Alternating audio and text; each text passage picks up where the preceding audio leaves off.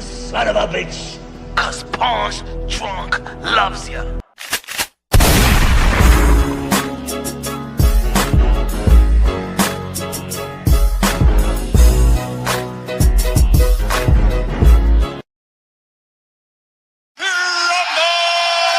Yeah, you already know this is Pawn's drunk boxing, aka Mr. Moon.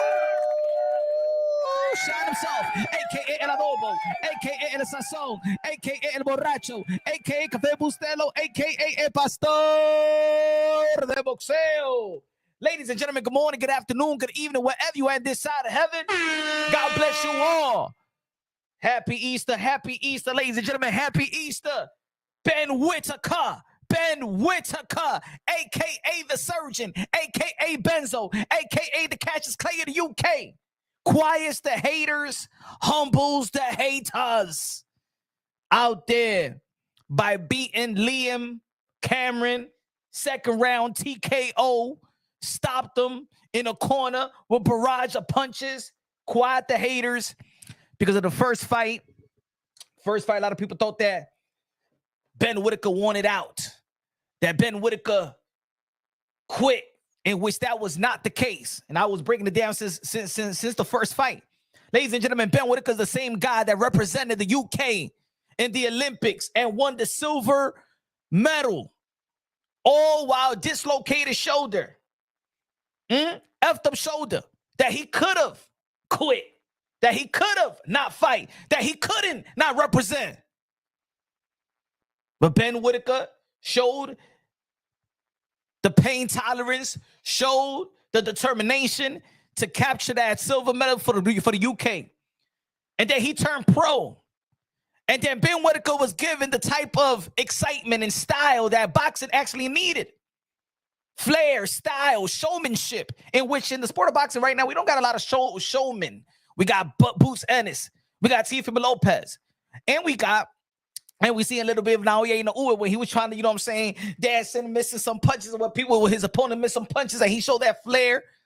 And you got Ben Whittaker that's showing that Prince Nassim, that Roy Jones Jr. type of flair. It's very, very few fighters that look like they're having fun, look like they're having a good time, look like they want to entertain the crowd and represent the UK. But what happened? Because of his style, it rubbed people the wrong way. Why? Why rub people the wrong way if you see a dude that's out there risking his life, but yet having fun, bringing a new type of flair, bringing a new cuisine into the Thanksgiving table? I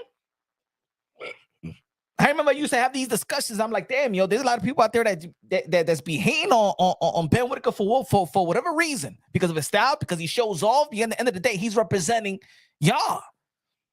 I always say, yo, man, damn, man, they don't respect you and they don't want you over there, Ben Whittaker, man. Damn, man, come out here in New York City. We respect you out here. Yeah, at the end of the day in America, you know what I'm saying? The American boxing fans are toxic anyway. We don't give credit to nobody. If I tell you who's the American poster boy in the sport of boxing, a lot of people won't even know, because everybody get hated in America. Teofimo Lopez get hated, Devin Haney get hated, Ryan Garcia get hated, Gervonta Tank Davis get hated, Shakur Stevenson get hated. And just before the Boots Ennis masterful performance, you know, versus Stanionis, he was getting hated. You know what I'm saying? Earl Spence is hated. Keith Thurman was hated. Everybody is hated in America. And I don't want the UK, in which I actually respect the UK and their fan base and how loyal and supportive they have been into the sport of boxing. Why are they hitting on this guy? But Ben Whittaker, like in boxing, one fight turns everything around. One fight ends perception or builds perception, or builds reality. Just like I was just phrasing Boots Ennis. Oh man, he's not that guy that people thought that he was. Look at him versus Karen, and then look at him versus Stanionis. And now people right back saying, yo, man, nah, Boots, yo, that's the reason why Turnbull Crawford ain't want to fight him. Same thing with Teofimo Lopez when he beat Josh Taylor. Same thing with Ryan Garcia when he beat Devin the Dream Haney. One fight changes the whole thing. One fight, you look sluggish, and they be like, ah, man, nah, he ain't there. And then when another fight happens, the next fight, boom, he the man. He the next. He's the second coming of Jesus Christ. He's the man. Ben Whittaker, like I've been saying, if you've been following the channel, subscribe to the channel, smash the like button. What's good, Karate Kid? Y'all already know, y'all tuning in to Punch Drunk Boxing, a.k.a. Mr. Moonshine, a.k.a. El Adobo, a.k.a. El Sazón, a.k.a. El Borracho, a.k.a. Café Bustelo, a.k.a. El Pastor de Boxeo. I've been saying that, you know what? Jerome, that Ben Whittaker is going to be the future king of the light heavyweight division. I've been saying that he's going to be the future king of the light heavyweight division. The people saying, oh, man, yo, Punch, stop it. He ain't going to be this just too soon. He hasn't faced this person. He hasn't faced that person. I told y'all 6 years ago that Jerome Boots is going to be the king of the welterweight division. And what has transpired? What has come through fruition? I said 6-7 years ago that Jerome Boots is going to be the future king of the welterweight division. And now look at him. Who is the king? Who's the lineal champion? Who's the unified champion in the 147-pound division? Jerome Boots Ennis. When I told y'all that Teofimo Lopez was the captain of the generation, the commander-in-chief before the Nakatani fight, and y'all thought I was crazy, and I said that, he's going to be Vasily Lomachenko. Not only he's going to be Vasily Lomachenko, he got to punch his chest. I said, no, I don't like that narrative. He going to outbox Vasily Lomachenko. Y'all thought I was crazy too. And what transpired? What happened? Santa Cruz. Con los 5 pesos. A comprar pizza con Coca-Cola. Look, I appreciate you, my brother. Appreciate you, Santa Cruz. God bless you, and God bless everybody that's having a good, happy Easter. Shout out BK, Sammy in the building. What's good, man? I know people's chilling with the family, not watching boxing, probably in church. Alabare. I said that the future fight was going to be in the light heavyweight division, that the future mega fight is going to be Ben Whittaker versus David Benavidez. Mark my words. I said a long time ago that the fans, we need to redirect our attention back then to Boots versus Virgil. What fight we almost had? I got the receipts, ladies and gentlemen. What fight we almost had? Hold on, let's pull the receipts.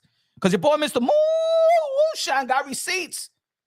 This ain't just catching up. What I told you about Keyshawn Davis. Oh Lord, I got you right here. I just want to give the people some receipts, because they may be walking into this new channel. They like, what this guy's talking about? I never heard this guy say this. I never heard this guy. I never heard him say. Let me show the receipts, because you know what I'm saying. I gotta show receipts. Hold on, Ben Whittaker. I gotta show receipts. Hold on. Well, I said right here, look, the special fighter that comes along once every 25 years has arrived. January 4th, 2022. The Cassius Clay in the UK. I got receipts. Hold on.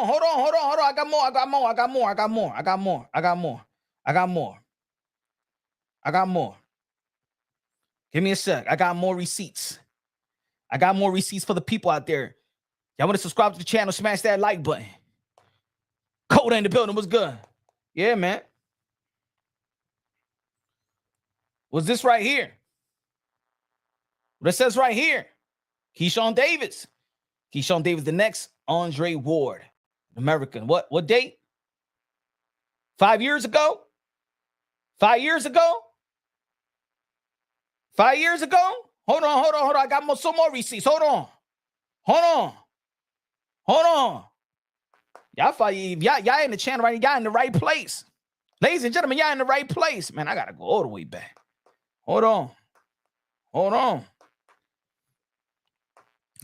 Ben is more of a funny too. Hey, yo, I thought he's with Andy Lee. He went out there, you know what I'm saying? Shout out to Andy Lee. I thought he was going to be with Sugar Hill Stewart, you know, because that's the way he started out in the pros. Maybe it's just he's from America, and you know, Ben is probably too far to travel and stuff like that.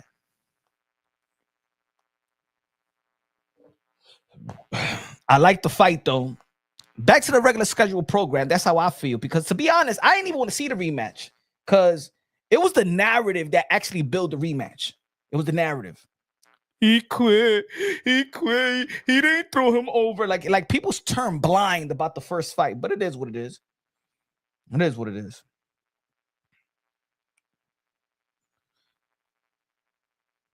It is what it is.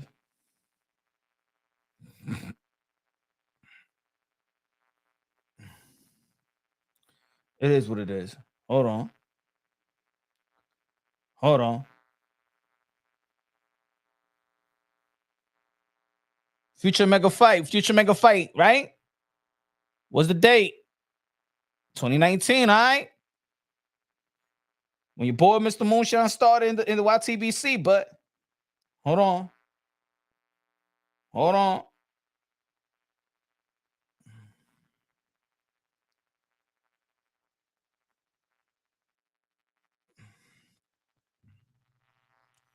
Say Lomachenko, not invincible. Lopez will further expose him. Yeah. Mm-hmm. Yeah, I said that. I said that.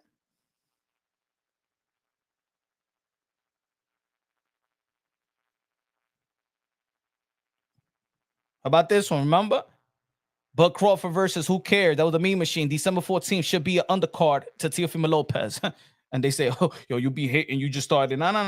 Should have been the undercard on that one. Should have been the undercard on that one. Hold on. Let me see. Hold on. Remember this one? Remember this one, ladies and gentlemen? Remember 2020? What I said. Virgil T, Teofimo, Jerome Boost, Energy, etc. should have our undivided attention. And now we got them. Now we got the undivided attention, right, folks? Now we got the undivided attention, right, folks? Hold on.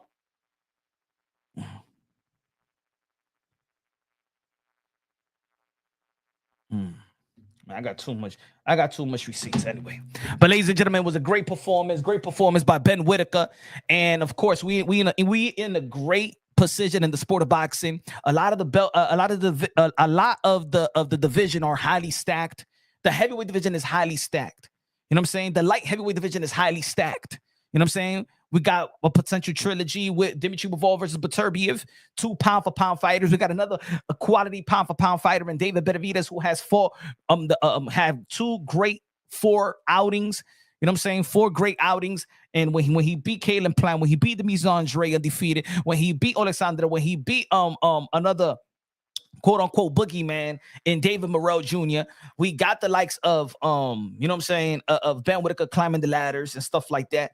Also with the 168-pound division, Edgar Balaga gonna be fighting Shiraz, right? Let me put that photo up. Because we're gonna be talking about this July 12th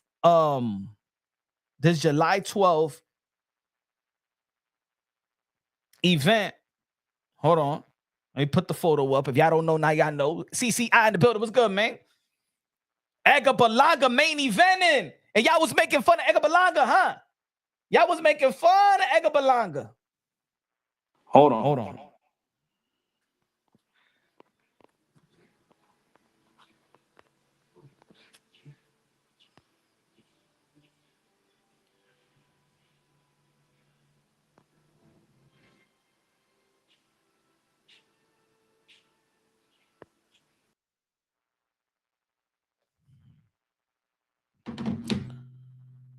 Dig out of the way for a minute. Edgar Balaga gonna be main event New York City, July 12th. I don't know where it's gonna be at. I believe that Madison Square Garden is booked. They're going to be having a concert in July 12th. So I don't think that this fight is going to come to fruition in Madison Square Garden. The Barclays Center is also booked with Keisha Cole going to be performing. So they're not going to be fighting in the Barclays Center. Maybe there's going to be another Times Square event in New York City. Well, maybe going to be in the top of Empire State Building. I don't know, but it's not going to be in the Mecca, and it's not going to be in the Barclays Center. But yet, this is a great card, a great mixture of tri-state area fighters like Edgar Balaga. They're going to be facing Shiraz, who should have lost to Carlos Adamas. Shakur Stevenson, again, we already know there's going to be fighting William Cepeda. We got a great matchup of Puerto Rico and Dominican Republic, ladies and gentlemen. Let me say it like this. This fight is going to steal the show. This fight right here is, if it's promoted well and you put it in New York City, you're going to see the Puerto Ricans and the Dominicans chop it up, talk about this boxing matchup. This is a great matchup. Alberto Puello, the WBA junior welterweight champion versus the former IBF welterweight champion. Junior welterweight, the former boogeyman in the division, Subriel Matias. That is going to be an interesting matchup. And David Morrell Jr. is going to be bouncing back from his loss versus Imam Kashifi. I don't know the name. I'm sorry, my brother. English is my second language.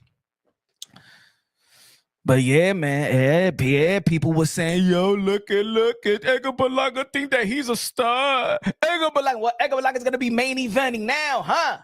Edgar Berlanga going to be main eventing. And shout out to Keith Connolly, manager of the year already. Keith Connolly, manager of the year already. He's getting his fighters some fights. He's getting the fighters fights. Look at Edgar Berlanga, where he at. Look at Teofimo Lopez, where he at. Look at where Richardson Hitchens, look where he at. Look at Conor Benn. Ladies and gentlemen, shout out to Keith Connolly. Keith Connolly is the manager of the year. Damn. Hey, yo, I think as a manager, outside of Canelo Alvarez, right? Outside of Eddie Reynoso, because he could make all that money in one shot. All the investment, yo, this guy Keith Connolly, this the best investment he's made. He could cash out as a manager after this one. After this year, and even this is the beginning of the year, he's going to cash out with Conor Benn. He's going to cash out with Edgar Berlanga. He's going to cash out with Teofimo Lopez. Going to cash out with Richardson Hitchens, who's going to be fighting George Camboso, I believe, in June as well. Man, Keith Connolly is manager of the year, bro. He is doing major moves. And you know what I like about Keith Connolly? That he's doing it for his fighter. He don't give a damn about the relationship with the promoters, right? Because a lot of people believe that it was done for Edgar Berlanga not to resign with Eddie Hearn, Matchroom Boxing. Because a lot of people just didn't know what was going to be the next move for Edgar Berlanga. But look, you keep your options open. Edgar Berlanga did say in the interview he doesn't need a middleman and stuff like that. And now look, he's his own boss, going to be just dealing strictly working with Turki Al-Sheikh and dealing with Turki Al-Sheikh does. I mean, look, I do praise Turki Al-Sheikh and I criticize Turki Al-Sheikh because at the end of the day, I've been pessimistic about certain things when it comes to Turki Al-Sheikh, but I'm also optimistic in another thing. And one thing is for sure is that he does look out pocket-wise for the fighters, just like I gave a lot of props for PBC Al Heyman for doing just that. Now, everybody is perfect.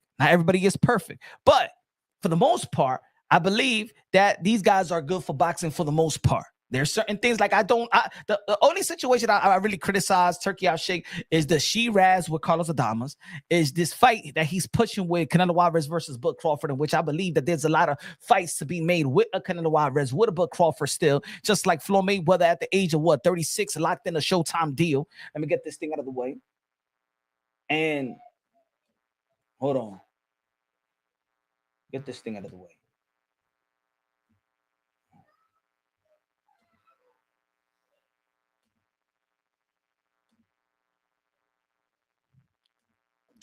So yeah, is this a PBC card? Maybe it's a PBC card, just like look. I think so. Yeah, we could say this is a Turki Al-Sheikh Ring Magazine card. But if we truly look at it, this is more of a PBC card than. Let me see. You got Edgar Berlanga. Well, again, he's an independent contractor. You got Puello, that's linked to PBC. You got David Morrell, that's linked to PBC. You got Shakur Stevenson, that's linked to Matchroom Boxing. You got William Cepeda, that's linked to Golden Boy Promotions. But if you look at it for the most part, yeah, this could be a more of a PBC card, just like the Ring Magazine card, right? In Times Square. It's more of a Golden Boy Promotions card, right? You got Jose Ramirez, Golden Boy Promotions. You got Arnold Barbosa, Golden Boy Promotions. You got Ryan Garcia, Golden Boy Promotions. Then you got Teofimo Lopez, that's Top Rank. Devin Haney, independent contractor, and then free agent independent contractor, and then you got Rolly Romero, PBC. So the Times Square card is more of a Golden Boy Promotions card. This card is more probably like a PBC card. So I do agree. You know what I'm saying? But that's gonna be a great fight. He said, great stoppage. Liam can go home to his family. Yes, Liam Cameron made a lot of money. This was all the rematch was all about he quit. The narrative of he quit, and that got him the rematch. Ladies and gentlemen, look, I'm gonna say it like this: every legendary fighter, every whatever fighter you a fan of, every fighter, man, 99% have struggled or did not look did not exceed the expectation or match their expectations versus an unknown person. We seen it with Floyd. Floyd struggled with the Drunken Master. Floyd got stumbled, got hit and stumbled by Clottey. You feel me? Roberto Duran lost to De Jesus. You know what I'm saying? Manny Pacquiao, the 8th Division World Champion, 5-time lineal, 12-time World Champion, the ambassador, the senator, the humanitarian, the greatest karaoke singer of them all, the GOAT. Manny Pacquiao lost twice early in his career. Bernard Hopkins lost early in his career. Marcus has lost early in his career. Teofimo Lopez lost early in his career with George Camboso. You know what I'm saying? There's a lot of fighters out there that they get the little hiccups and shit like that with fighters that, you know, it's the sport of boxing. Which I'm looking for perfection. Ben Whittaker, matter of fact, last fight, Ben Whittaker wasn't losing that fight. Like, people acting like, oh my God, he's getting beat. He's getting beat. He can't handle it. Oh my God, stop it. People just want to follow a negative narrative because negative sells. No Nose Boxing in the building. What's good, man? Ben Whittaker is going to be the future king of the light heavyweight division. But he's going to have to get through to one guy. Because I believe after the Bivol and Beterbiev, I think the Bivol fights Beterbiev, I might think that Bivol is going to win again. Beterbiev is not getting any younger. He's not going to get any faster. He's not going to get any more powerful. And it seems like Beterbiev just can't knock out or could stop or could stagger Dimitri Bivol. Dimitri Bivol is still in the back end of his prime, athletically wise. I'm not saying that Beterbiev is not in his prime because he's doing very, very well how he take care of his body, and age ain't nothing but a number. But I think that Bivol probably will edge it again in a close fight. But I think that David Benavidez beat Bivol. I think that Benavidez can match up the speed. Got more power than Bivol. Got some good footworks. Got underrated defense. Got his power. His power takes it all the way to the championship rounds. Got punch resistance. I believe that David Benavidez could beat Bivol. And then while he's climbing the ladder, I'm gonna say it like this: late 2026 or early 2027. I'm saying it right now. The light heavyweight mega fight will be David Benavidez, the Mexican monster, the Ecuadorian monster, the Dominican monster, versus Ben Whittaker. If David Benavidez plans to stay in the light heavyweight division after in less than 2 years, and then he's gonna be moving up, and then I see a big fight with David Benavidez versus Sudo Ramirez in the cruiserweight division. I see David Benavidez move into the look. Once these hybrid heavyweights leave, like I'm talking about the 260, 50 pounds heavyweight, because I think they're getting I think they're getting washed up, in my opinion. I think we're gonna go back to the Usyk 220 pounds heavyweight. He's the man. You know what I'm saying? We're gonna see some more agile. We're gonna see just this big dude with big bellies and just beating you because they're just bigger than you. You know what I'm saying? Ben Whittaker versus Anthony Yarde would be a good fight, my brother. Yeah, I like that fight. I like that. I'm telling you, I like that. See, it's just the narrative that got people just thinking, just like they do to every other fighter. Just like when people, just like I said in the beginning of the live, when people just wasn't given Boots Ennis after the Cameron fight the benefit of the doubt that he could be something special, something great. And look at now. Just like when T.O. lost a split with George Cambosa, and then he went to the 140-pound division, beat Sando Martin and beat Josh Taylor, and became the 2-time lineal. You know what I'm saying? People was riding over Saint Lomachenko, right? And look what he did. He knocked down the guy that Devin Haney or Teofimo Lopez could have knocked out. And George Camboso, right? I think that the boxing community, the boxers do be humbling the boxing community. Y'all thought that the guy quit. Y'all thought that he's not gonna be that special. And then look, he beats this guy so easily in 2 rounds. In 2 rounds. And the thing is, I've been saying this: Ben Whittaker style is phenomenal. I love his style. I think he brings something new or something fresh to the table. He's bringing that great cuisine to the Thanksgiving table. You know what I'm saying? His style is beautiful. His style is entertaining. And I don't know why people is trying so hard to make him change his style when it's entertaining.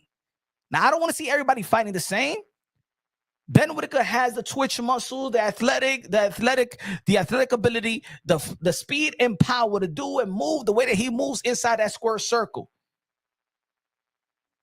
Not everybody got to be Marquez. Not everybody going to be Roy Jones Jr., but that's what makes Roy Jones Jr. special, right? Not everybody going to be Prince Nassim. See, Ben Whittaker comes from that tree. The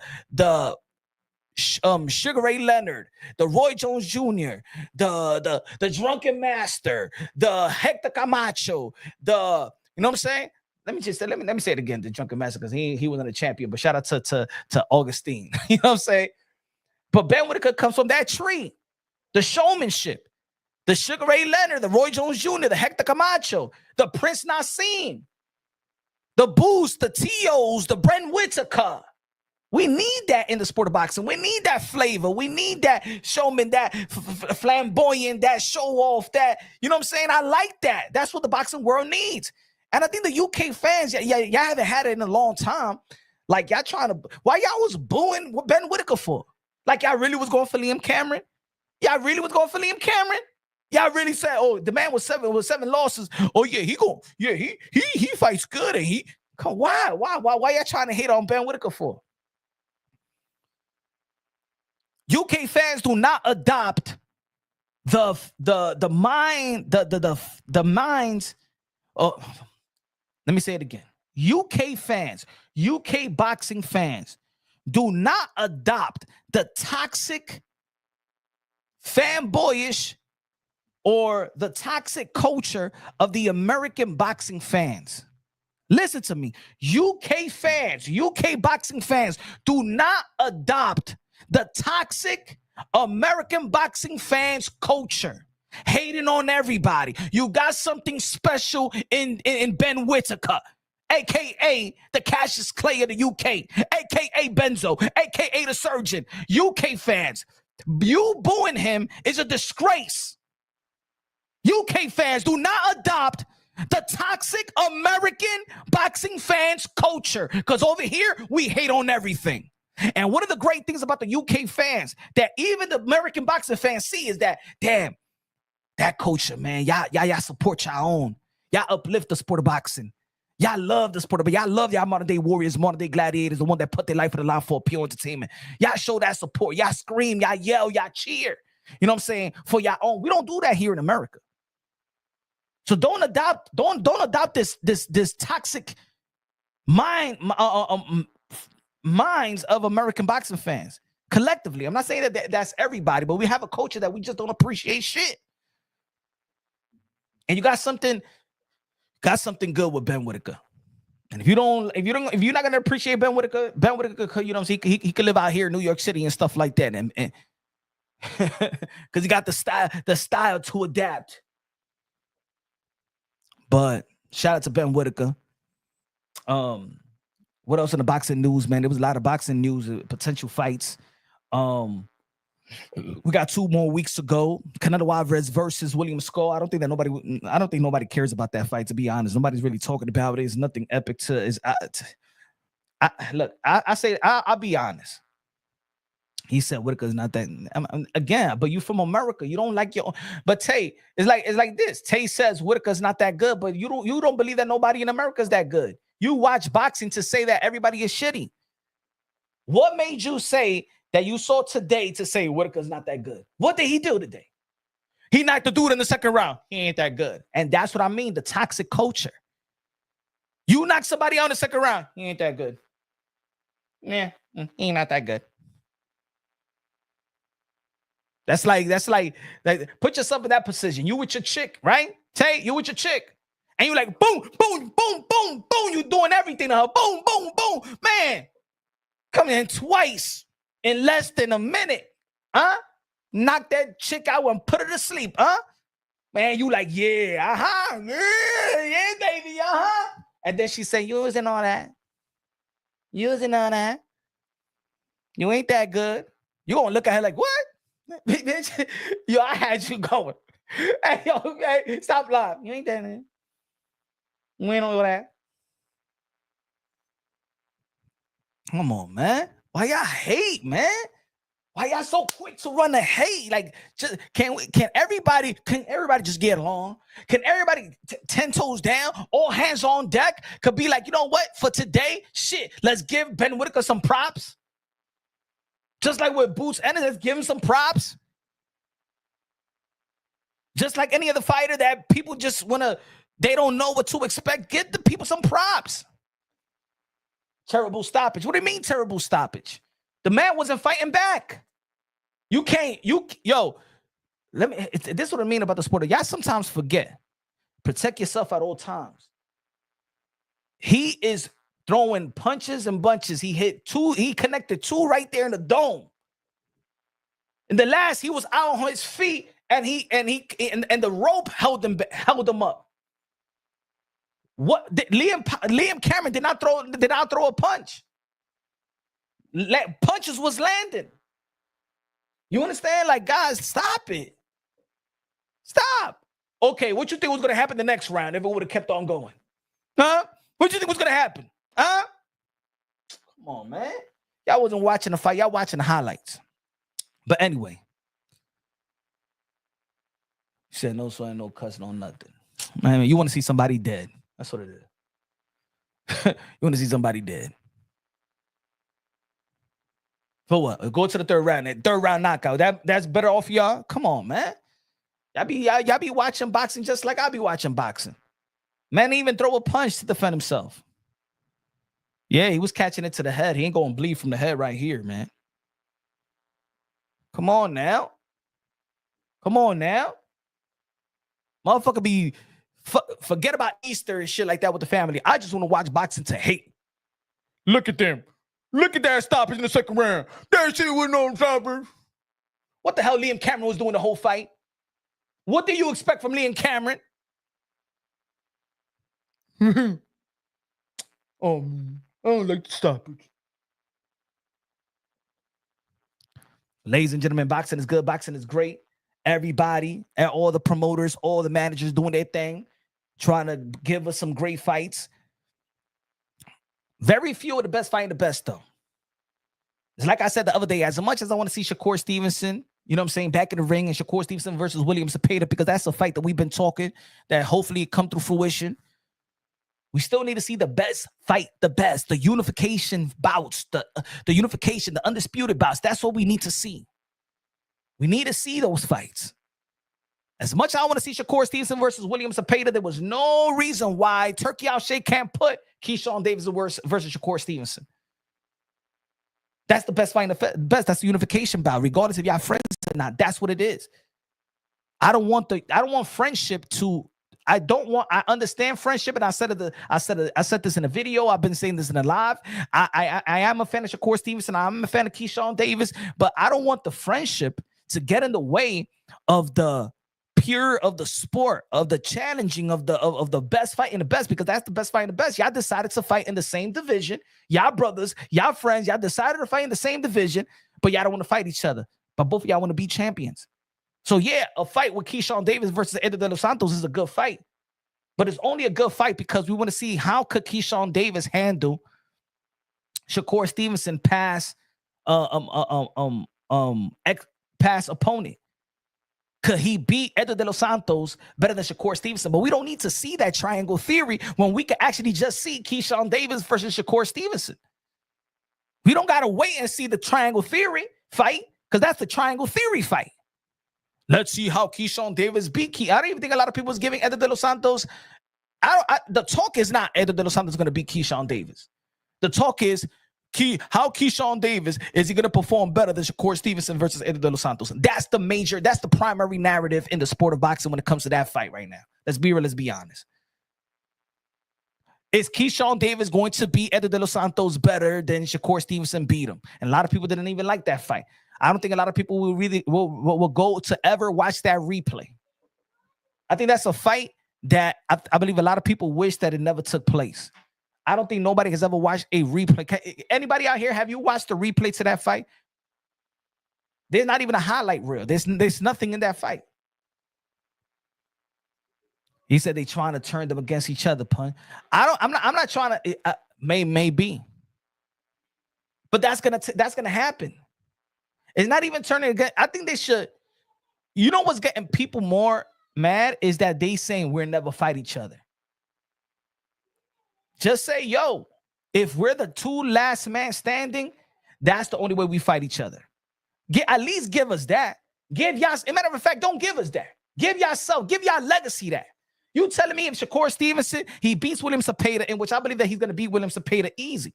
I think Shakur Stevenson is going to outbox William Cepeda easily, even though that the styles of a boxer puncher, but more of a brawler like William Cepeda, and a slick fighter like a Shakur Stevenson, that makes for a good matchup, almost like Luis Castillo versus Floyd Mayweather, even though Luis Castillo was a better fighter than the William Cepeda, in my opinion, right?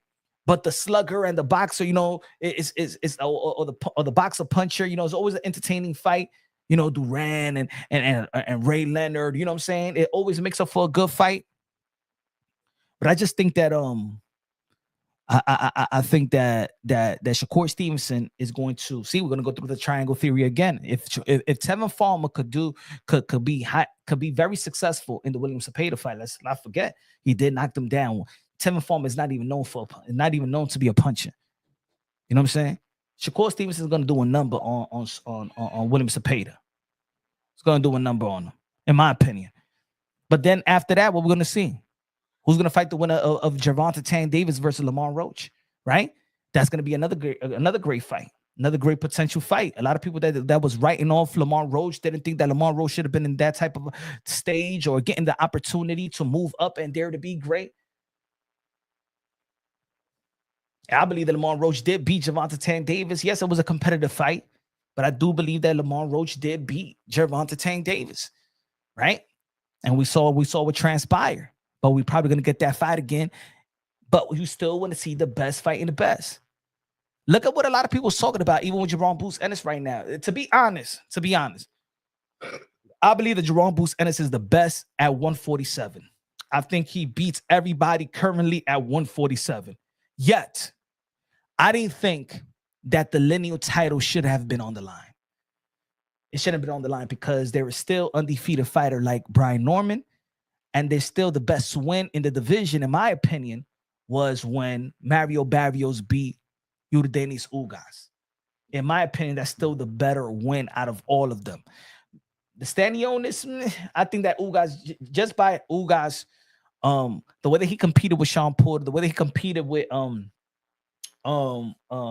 Earl Spence, the way that he beat Manny Pacquiao that beat Keith from Tom Thurman, I think that Ugas had the better win. And then when Mario Barrios did beat Ugas, I think he got the better win. I think that if there will be a lineal on the line, it should have never been for Stanionis, in my opinion. It should have been for Jerome Boots Ennis versus Mario Barrios. If there were to be a lineal title on the line, in my opinion, I think they give it too soon. That's not a lineal. That's not a lineal fight, a lineal championship fight. That's not the best fight in the best. Stanionis and Jerome Boots Ennis was not the best fighting the best. You know what I'm saying? I think the best in the welterweight division of all the guys that has the belt was Boots and Mario Barrios. So I don't think they should water it down like that. In my opinion, I don't think the lineal title should be watered down like that. The reason I'm going to give you an example. Shakur Stevenson in the super featherweight division was not undisputed, right? But the best fight was Shakur Stevenson versus Oscar Valdez. That was clearly the best 1 and 2, A1, A2 fighter, clearly in the super featherweight division. You know what I'm saying? There was nobody better than Shakur Stevenson and Oscar Valdez. Oscar Valdez that had the better win when he beat Miguel Burchell. So I could understand that it wasn't an undisputed bout, but it was the best fight in the best in that division. So we just need to keep, we need these fights to come through fruition. And I feel like if Turkey has all the money in the world, the type of money that, hey, look what Devin Haney said in a recent interview. He said that Turkey Al Sheikh gave a number that they didn't even have to negotiate. It was like overwhelming. Who said that as well? Chris Eubank Jr. said that he basically gave Chris Eubank Jr., Turkey Al Sheikh gave Chris Eubank Jr. a blank check. So when you hear these things, you start thinking about, damn, why this matchup is not happening if he's giving the money that people can't refuse. You know what I'm saying? What type of money that he's giving? Look, if Devin Haney been getting paid, so they being overwhelmed with some money. Devin Haney's being overwhelmed. If he's being overwhelmed, then there should be money on the table that has been approached with a Gervonta Tank Davis. What he's not trying to listen to is he's not trying to listen to. PBC is doing business with Turkey Al Sheikh. So what's happening in that situation? Is it that Gervonta Tank Davis truly just doesn't want to be matched or controlled because he knows that he won't control the matchup? I don't know. Canelo Alvarez is fighting William Score. We know that Canelo Alvarez didn't even want to. He didn't even know who the hell William Score was. Nobody know who he was. And now look, Canelo Alvarez is trying to big up this fight like he knew who the hell this guy was. You know what I'm saying? So, I think boxing is in a great place. I think that one of the pound for pound fighter that's probably going to not take a hit, because I think that he's a top 5 pound for pound fighter, but I don't see the opponents, the name that is going to keep enhancing. I think he's going to stay great, right? But he's going to need that other name to take him to the upper levels to keep on growing. And he's not even in his prime yet. That's Bam Rodriguez. Who you want to see Bam Rodriguez next? Because the only fight that I think that is going to take him to this, he's already a great fighter, possibly a future Hall of Famer, only 24 years old. I want to see him move up, and I want to see a possible fight with him and Ino Uwe. That's the only name that comes to mind. If he can move up, I mean, look, he is small. He 112. Uwe was already fighting in 22, going to be fighting in 126, I believe so, soon. If you could get that fight in the catchweight, Junto Nakatani. Okay, Junto Nakatani, that would be a great fight. But for the hardcores is a great fight. But what is that fight that that fight is going to sell out Japan? But that Marquez Manny Pacquiao, that Marquez Barrera fight. You know what I'm saying? That type of fight that many people know the names.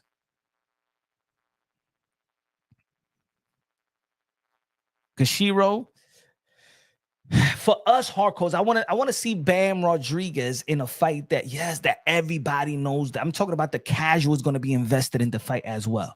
Because let's be honest, the casuals also, you know what I'm saying, make a fight a bigger fight. You know what I'm saying? They hype it up more. The hardcores critique it more, the casuals praise it more. You know what I'm saying? That's what we be calling people casual. They don't know shit. They don't know what they're watching. Nah, but we need casuals because we just be hating all the time. You know what I'm saying? So, but I think that would be a great. I want to see Bam Rodriguez in a mega fight. I even like, remember when Chocolatito fought Estrada? These fights, for me, in my opinion, should have been like sold out. You know what I'm saying? Like, I don't even think they did over 10,000 people in their last fight. You know, we just talking about that in a few. I mean, like 10, 15 minutes ago. But I like the card. It's a good card. Egabalanga Shiraz is Egabalanga better than is gonna do better than Carlos Adames. I think that Egabalanga is actually getting better. I like the foot. I like the footwork. I like he's throwing more punches. I think that his confidence is all the way up. I think that people are mad at Egabalanga, and it's sad. This is the sad part about humans, right? And where we at in the world. People are not mad at Egabalanga the way that he fights. You know what people hate Egabalanga? Because of his confidence. You hate Edgar Berlanga. I'm gonna tell you like this: people hate Edgar Berlanga because of his confidence. Yet his confidence is the way that you try to instill in your own children. You're the best. You're the best in the world. You're the most beautiful in the world. You're the greatest. You're this, right? Any fathers out here in the chat?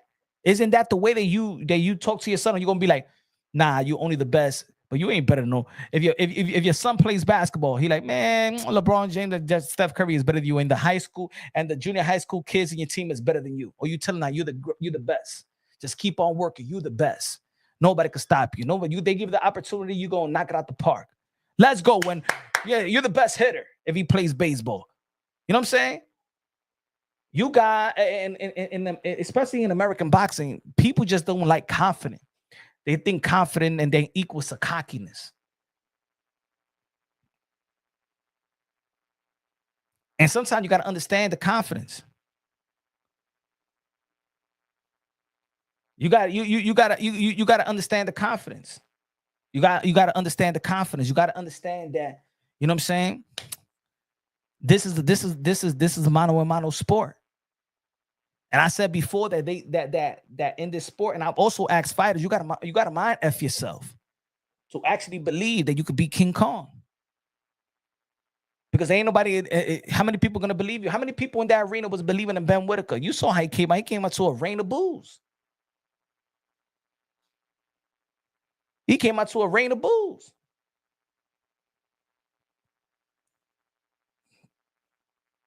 Shakur, let me see that. But I think the Alberto Puello versus Subriel Matias is going to steal the show. Because one thing is going to be in New York. If they know how to promote, this is the only issue that I have with promoters not knowing how to promote Dominican fighters. And not only Dominican fighters, not knowing how to promote now the Puerto Rican fighter in Subriel Matias. I think that's one thing, that whoever was handling Subriel Matias' career, promotional-wise, did a horrible job. See, Subriel Matias should have been fighting in New York City a long time ago. Subriel Matias should have been fighting I would have put Subriel Matias in New York, all his fights in New York. Any fight that he co-main, any highlight, anytime we in New York, I put Subriel Matias because it's Puerto Rican, and the Puerto Rican, especially at the time when he was climbing the ladders, they urgent to see the next Puerto Rican superstar. Dominican fighters, they don't even put them out here in New York like that. You got a culture. You have a community. I don't understand it. I don't understand the people in the sport of boxing. I think they don't even know what Dominican is. That's what it is. I think that's what it is. I think because, let's say Top Rank. Let's say, for example, Top Rank is in Vegas. They in the West Coast. So their peoples, their workers, that work in the office, they from the West Coast. So they don't know shit about New York too much. Yeah, they put them in New York, but they don't know Washington Heights. They don't know Dykeman. They don't know that. They don't know too much of the BX. They don't know the culture. Right? That's good one, Tate. They don't know how to promote Dominican fight. They know how to promote Elvis Rodriguez, right? You know what I'm saying? Even though that he lost, Elvis Rodriguez did lose recently. Shout out to Hendry La Bazooka Cedeño Martinez with a beautiful knockout in the 6th round. Hendry becoming a WBO international champion. Shout out to Hendry La Bazooka Cedeño Martinez, and shout out to his brother Elry Cedeño Martinez as well. But there's a lot of Dominican. Look, Polanco, you got to put him in New York City, but you gotta promote him. I want to see some flies. I want to see some infomercials. Yo, get the capture. Like you see, there's a lot of Dominican independent IG channels and YouTube channels. You gotta promote them in these these shows and stuff like that. So when they fight in New York City, you already know how it's going to be. It's just like Miguel Cotto. When Miguel Cotto, though, they know that you got to promote him. What Miguel Cotto was doing, he go to the Puerto Rican parade. Not only in downtown, he went to the Puerto Rican parade in Grand Concourse in the Bronx, and it was promoting him in the Bronx. They wasn't actually promoting him where he was born in. What is it, Long Island? Polanco gonna be in, always mate. That's what I'm talking about. Nah, Polanco ain't no Dominican, ain't no Dominicans out there in the West Coast like that. Polanco has to be in this card. Polanco needs to be in this card. Polanco needs to be in the Times Square card. Polanco has to be in the July 11th card. Now, peep this. Boxing's gonna be good because y'all already know that July 11th we got in Madison Square Garden, Katie Taylor versus, let me take this thing out. There's going to be good consecutive days. Y'all know July 11th, Netflix, New York City, Madison Square Garden. You got the most anticipating fight in the sport of boxing. Katie Taylor versus Amanda Serrano, the trilogy. That's going to be in July 11th. In July 12th, we got this match. We got this event. So New York City boxing, we're back. And put it this way. In June, we got Richardson Hitchens versus George Camboso. And peep this, in Times Square, we got Ryan Garcia versus Rolly, Devin versus Jose, T.O. versus Barbosa. New York City is taking over the sport of boxing again. Shout out to everybody around the world. But in America, we're coming back. New York is back. New York is back. Yo, it's going to be busy in the sport of boxing in New York City. I don't even got to travel. I've been traveling. I don't even got to travel no more. I don't got to travel too much no more. Shit. We got, and it all starts in May. I don't even know where it's going to be at, though. I don't know where this event is going to be at, the Edgar Berlanga event. I don't know where that event going to be at because I already checked. Madison Square Garden and the Barclays Center is booked. So it's not going to be in the arena. Maybe it's going to be in a boat. Maybe it's going to be in the middle of the Hudson River. I don't know. Maybe it's going to be in South Street Seaport. Maybe that'll be a good one. Nah. Got to be maybe. Maybe it's going to be in the Statue of Liberty. Maybe it's going to be in the Statue of Liberty, ladies and gentlemen. I don't know. Maybe it could be in Randall's Island. I don't know. There's a place where you could set it up. I'm going to tell you like this. There's a place where you could set it up in Red Hook, Brooklyn. You know what I'm saying? Right after the, not necessarily Red Hook, but when you cross the Brooklyn Bridge, right? You make that first right, and then you make that first right to exit, and then you make the other fight. You come on the roundabout. You go all the way down where they got all the basketball courts. It's like a new community they have built there. Maybe over there where, a matter of fact, where Nas did his one of his album release parties.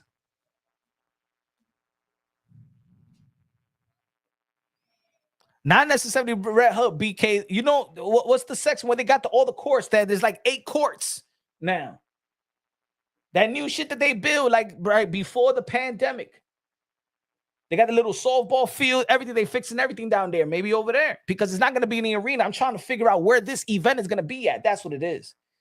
I'm trying to figure out where this event in New York is going to be at because it's not going to be in Madison Square Garden or the Barclays Center.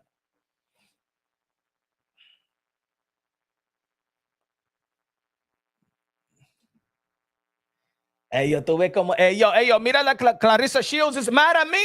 Clarissa Shields, is she angry to me?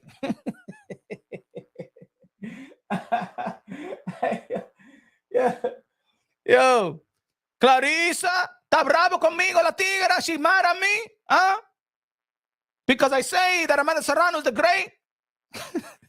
Did you hear about the helicopter? Yeah, I heard about that. Huh? She mad at me. As a matter of fact, I did justice. See, my criticism actually did justice for Clarissa Shields. You know what I'm saying?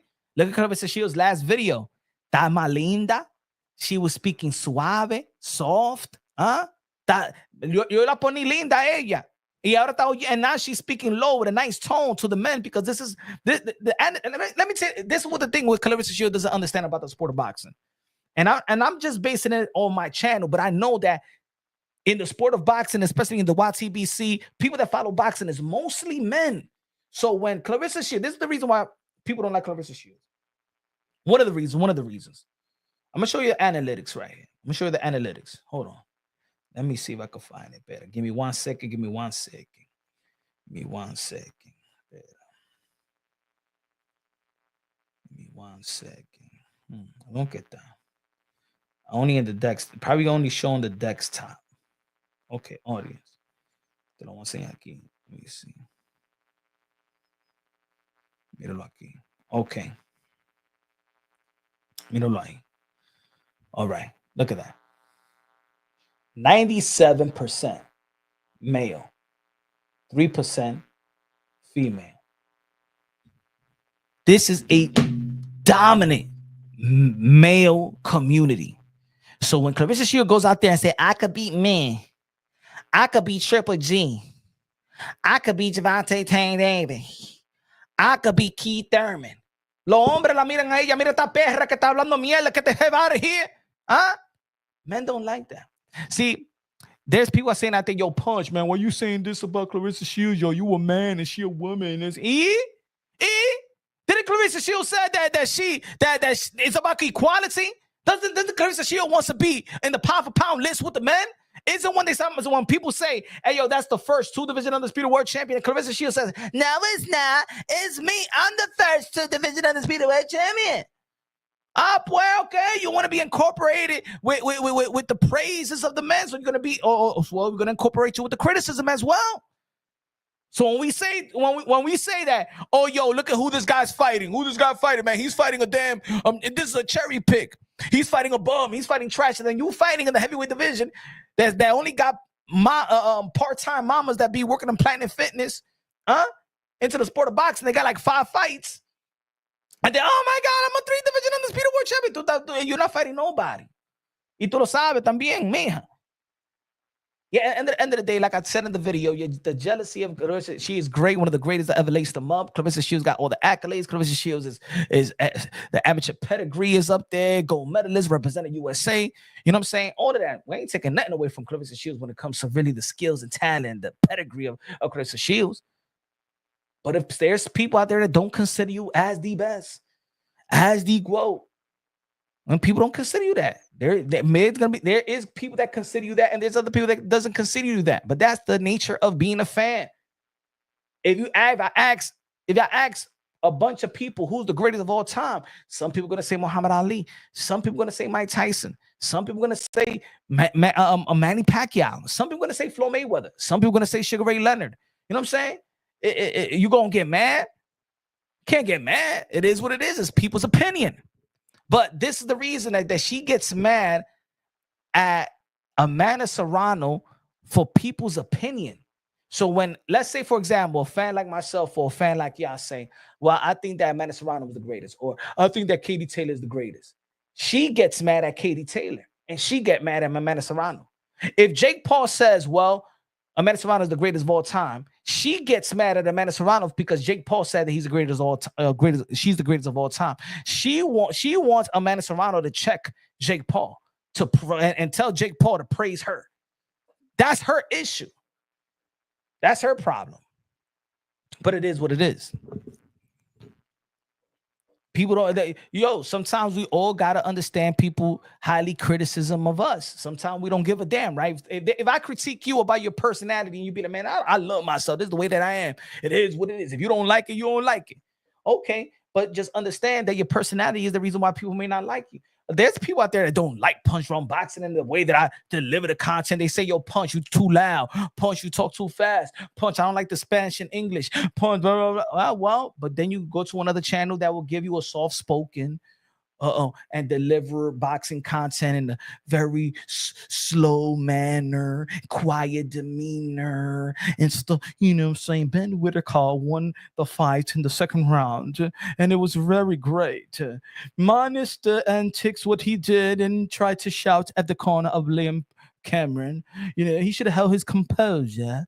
But for the most part, it was a great outing for Ben Whittaker, and hopefully he could take advantage of it and keep moving forward, because it's not going to be easier as he move up the ranks. Some people like that. Me, I like that fucking Ben Whittaker went out to the corner and talked shit when everybody was talking ish about him. And yeah, that's the energy, man. Damn, you risk your life, man. You entitled to celebrate the way you want to celebrate. Damn it. This ain't damn tennis or this ain't damn baseball, stuff like that. This is boxing. I came into an arena where most of y'all was booing me. And then boom, I knocked this dude out. I stopped him. Oh yeah, I'm gonna be loud. Oh yeah, I'm gonna be just as loud as y'all was when y'all was trying to put dirt on my name. Yeah, shout out to Ben Whittaker. That corner should have held his composure. That corner should have been humbled.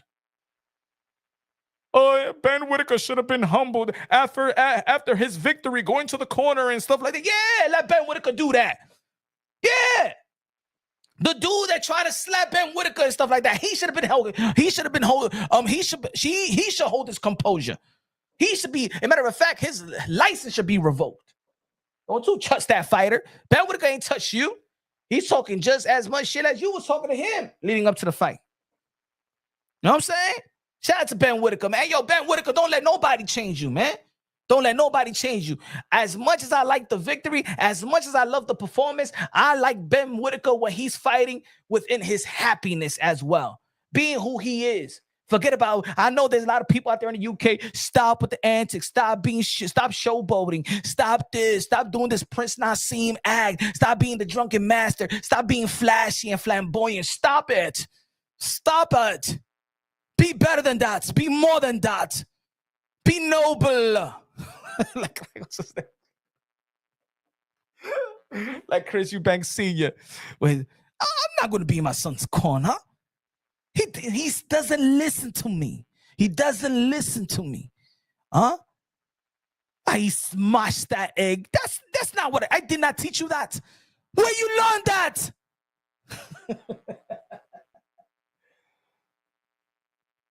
Great job beating a B-level fighter. Fucking haters, bro. Haters for no reason, bro. Shout out to Edgar Berlanga, one of the faces of New York boxing, main eventing. Guys, just a bunch of haters out here. For what? Y'all boxing fans. Berlanga, he's just a D-level fighter. You guys are so like, damn, what's happening? Y'all need to get piped or something. Yo, like, what's wrong with y'all, man? What's this hate? Every time somebody wins, hey, fucking trash people, bro. We got trashy fans. The Times Square one, that's what I'm talking about. Where's the ring gonna be at? I think the ring is gonna be right in the middle of Times Square. Like I said, it's gonna be at in the middle of Times Square. Just like when the ball drops right in the middle of Times Square.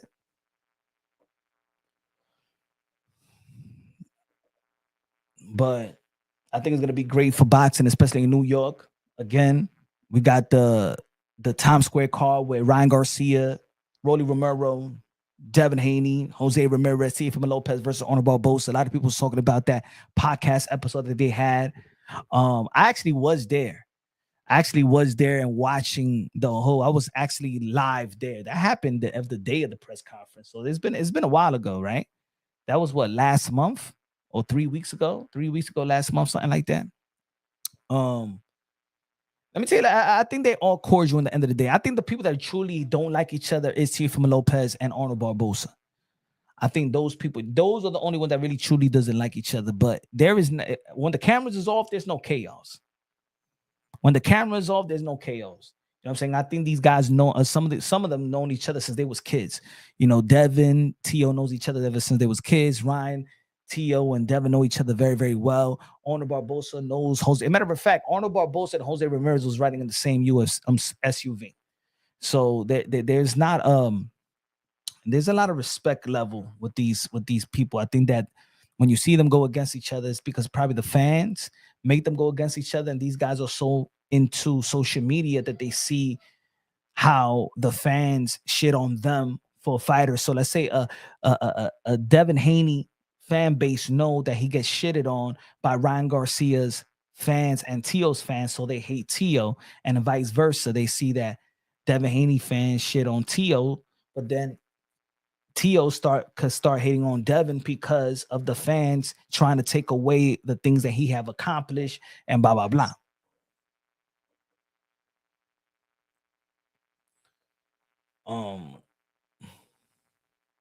But great performance. Ben Whittaker, gonna be the future king in the light heavyweight division. The only man that's gonna get in the way is gonna be David Benavidez. I see it right now. Ben Whittaker versus David Benavidez, 2 years or less than 2 years, late 2026 or early 2027, in my opinion. Hell no. I think that Puello can outbox Subriel Matias. I think he's a better polished fighter. I think Alberto Puello, I got Alberto Puello beating Subriel Matias. I got Alberto Puello, Alberto Puello. Vamos a decirlo como dominicano. Diga Alberto Puello. No, Alberto Puello. Alberto Puello le va a meter la mano a Subriel Matias. Yo voy a hacer un video también. A Dominican Power le va a meter la mano al puertorriqueño. Ahí va a pensar la cosa. Shout out to all my Puerto Rican. You already know I love y'all, my Puerto Rican people. But there's gonna be this. It's just gonna be it. It's gonna be it's gonna be in New York City. It is going to be a Dominican versus Puerto Rico. It is gonna be that, and I hope that we keep it nice. And I'm gonna see it, and I'm gonna be the first one to say it. No, we not effing. Historically, Dominicans is not effing with the Puerto Ricans when it comes to the sport of boxing. But as of late, we better. Somos más mejor, ¿oíste? Somos más mejor ahora. See? I don't know what I got in the pipeline. See, I'm a fan of Edgar Berlanga, right? ¿Verdad? Tenemos Polanco, tenemos Henry, tenemos Michel Rivera, tenemos Eury Cedillo Martínez, tenemos Santana, tenemos Carlos Adamas. Vamos a pelear ahora. Okay? Los dominicanos is doing good now in the sport of boxing. It's going to be good. Alberto Puello le va a meter la mano a Subriel Matias, le va a dar par de galletas a ese tigre. Let's go right now. What happened? Yeah. Sí. El Malecón versus Don Coquín. Yeah. Plátano verde versus plátano maduro, porque los puertorriqueños les gustan los plátanos maduros más que los plátanos verdes. We like it puree, no a lot of sugar. We like it good right there. All right? My potato salad, Dominican potato salad versus Puerto Rican potato salad. Puerto Ricans don't like to put onions in the potato salad. We put onions, we put manzana, we put carrots, we put remolacha, we put all that. Yo, my guandules versus your guandules. Vamos. Hey, yo, we're going through the whole thing. Who throws the better Thanksgiving parties? Dominican Spanish rap versus Puerto Rican Spanish rap. Vamos. Ustedes tienen Bad Bunny, Arcángel, K4. It's gonna be a goodie.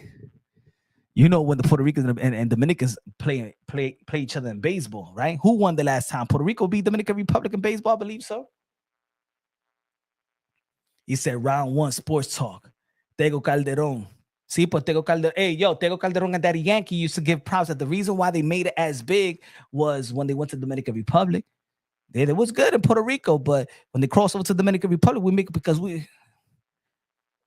got the better, I say like this. Puerto Rico may have the better Puerto Rican Day Parade, but we got the better festival. We got a better festival. Puerto Rican ladies or Dominican mamas? Puerto Rican Hey, okay. What happened? Hey, vamos a ver. What happened? Damn. Brugal o Coquito?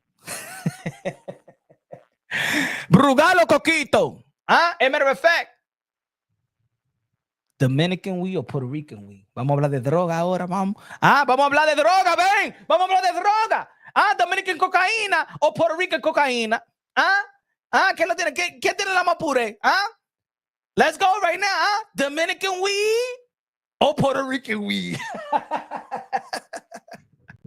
Let's go. We go. Hey, yo. As a matter of fact, I'm gonna leave that talk for the next live. It's going to be Puello versus Matias. It's going to be Dominican versus Puerto Rican. It is what it is. We're going to have to promote it. It is, and it's going to be in New York City. It is what it is. And we're going to have we're going to have friendly discussion. But I'm putting it out there right now. We're going to be talking about who got the better potato salad. Dominican or Puerto Rican? Who got the better restaurants? Dominican, Puerto Rican. Who got the better ladies? Dominican, Puerto Rican. ¿Verdad? Dominican boxers are known for not having discipline in boxing. I've heard more than one coach say that. No, it's true. No. BK, it's true. It got to the point where you give a Dominican fighter like 200K and that's it. That's like giving them the max. We got to get over that 200, 250K. But I just feel like that promoters really never took the time in knowing how to promote a Dominican fighter. I think a Dominican fighter never had the chance for a promotional company to build the fan base around them. It's always putting them in a fight. It's almost like taking them there, but they don't think that a Dominican fighter could be a star, so they just put them into the lion's den. And that's what we do. That's what we do. Like Carlos Adames. Mira, Carlos Adames. Yo, I'm going to say it like this. In August, Dominican Day Parade weekend, like they did with the Puerto Rican Day Parade. You see how they do with the Puerto Ricans with Miguel Cotto, right? Right? With Miguel Cotto and stuff like that. Put a fight, an event, August, Dominican Day Parade weekend, and have Polanco, Henry, Eury, Carlos Adames. ¿Ah? Ponga esa gente. Santana, ponga esa gente. Tú verás. And two of them, but they got to promote too. No sean humildes. No, vamos a hablar mierda, eh. Yo quiero. And that's the reason you're not going to see Puello talk all that shit with Subriel Matias. And have Michel Rivera también. But one thing I do tell I say about Dominican fighters, you got to talk your shit. We not that reserved like that. And that's another thing. The Dominican fighters right now are too reserved. They too uppity, too humble. And we're not like that. You're not going to get the dudes from the Heights and Dykeman and the Bronx and shit like that and Brooklyn to come out and support because they like, all right, this guy's too like humble. He's about, all right, you know?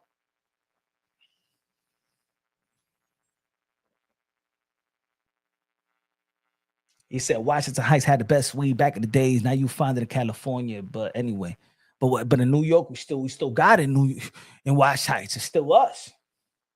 Still us. But anyway, ladies and gentlemen, man, it was a good quick live. I'm probably gonna go do another live later on, 12 a.m. Like in what 4 hours. I'll probably do another live. Probably drop another video, but I think I'm gonna do another live and stuff like that. And I think we're gonna be talking about more about the Dominican, the Puerto Ricans and stuff like that. Puello and Matias. I think that's gonna be a good discussion, and I'm gonna open up the panels and stuff like that. Let me know what y'all think. Y'all already know, man. Subscribe to the channel, smash the like button. Thank you for the people that showed up. I know it's Happy Easter, people with their family, but for the people that showed up today, you know what I'm saying? Shout out to everybody. Shout out to the one super chat that we received today. Santa Cruz, $5 in an hour. That means, you know what I'm saying, I'm worth $5 an hour. I get it. I love y'all. But shout out to Santa Cruz and shout out to everybody in the chat. I love y'all. God bless and on to the next.